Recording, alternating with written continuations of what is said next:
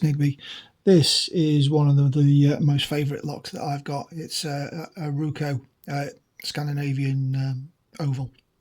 If I could only have one shape of lock, it would be this, in terms of like non-padlock type locks. Just something about them, because they're not that common in the UK, or not that commonly used, just makes this a real favourite. I got this lock from a locksmith's in Copenhagen, which is another reason it's a favourite lock.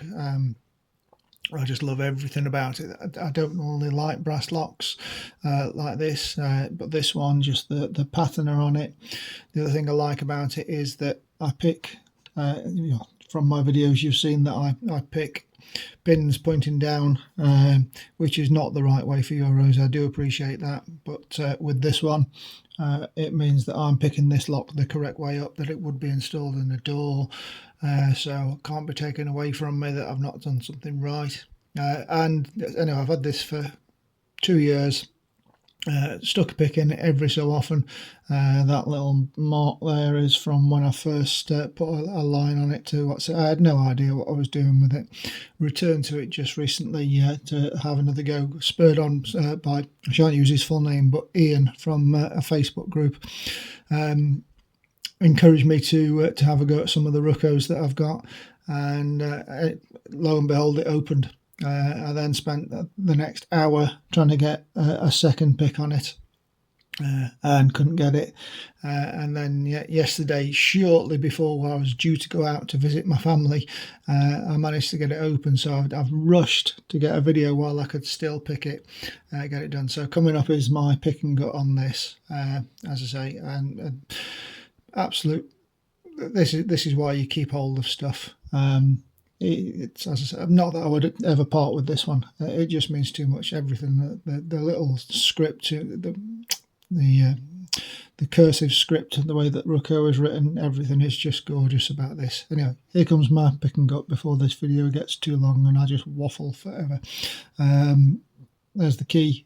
Unfortunately, not an original Ruko key, because the locksmith, knowing that I wanted a brass one of these, just went away in the back and keyed this up for me on the spot, and then gave it to me.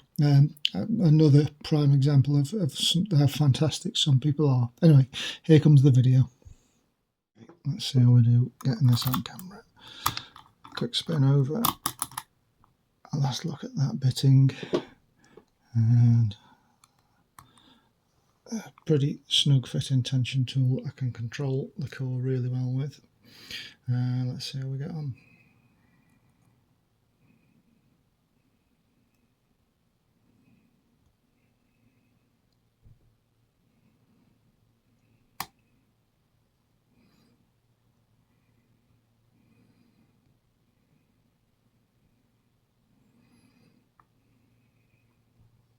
Okay, let's hope for the number 6.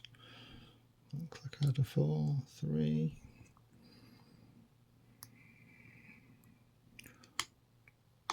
Click out of 2 and some core movement.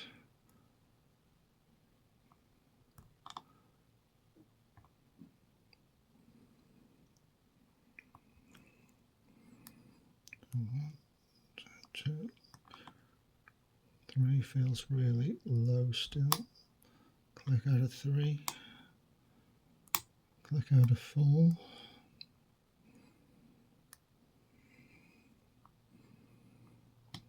2 feels good, 3 feels good, 4 feels good. So at this point I changed picks, I don't know why, but this bent Jimmy Longs seems to be the best pick just for getting in.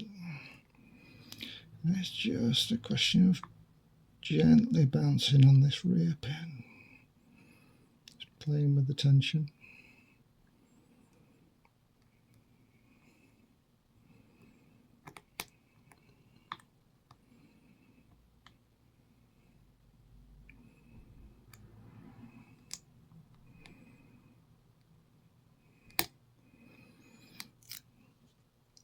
Let's double check those other pins.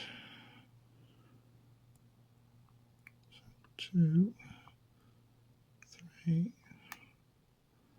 4.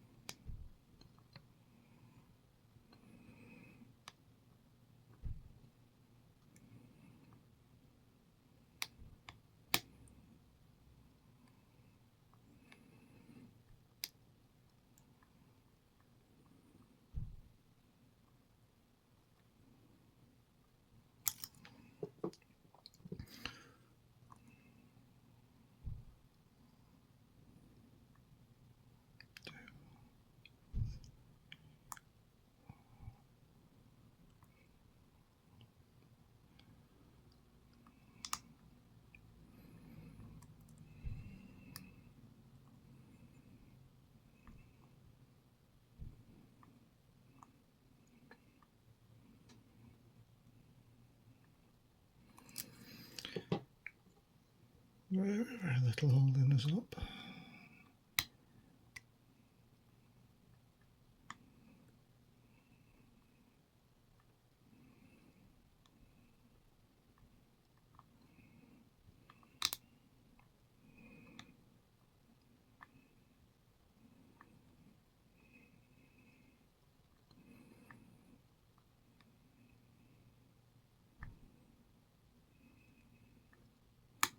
And there we go, we got it open. Real finicky at the back. Let's take some of that zoom off now. Okay, so you can see that's picked. And let's just give this a quick gutting. So normal 2 screws on the back plate.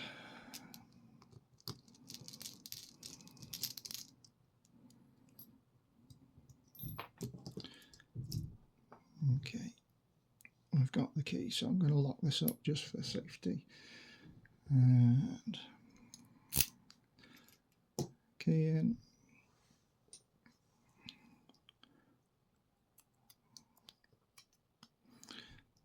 And shim.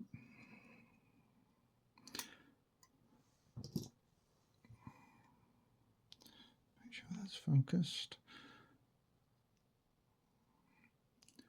So there we go. That's the core. So 1 and 4, sorry, 1 and 5 just need a slightest touch. It is just enough to catch. I've experimented with both those 2 pins and they both need picking. But only very slight, and it's so easy to overset them. So let's just change the angle of that and drop these pins out. So 1, 2, 3, 4, 5, up, and 6. Let's have a look at that core. So inside that core, hopefully you can see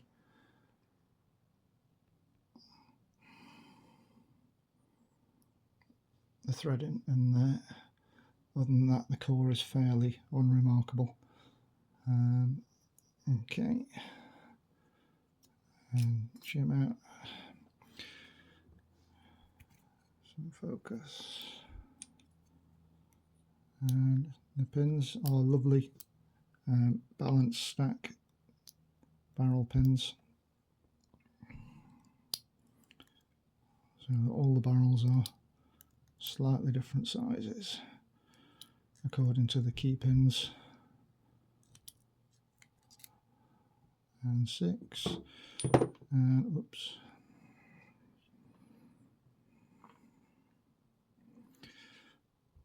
let's drop all those springs out there.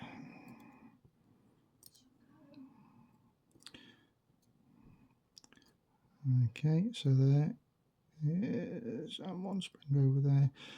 So that's the one that's causing the difficulty. Getting behind pin 5, which is barely needs moving to get at pin 6. There you go. So that's my Ruko 600. Thanks for watching.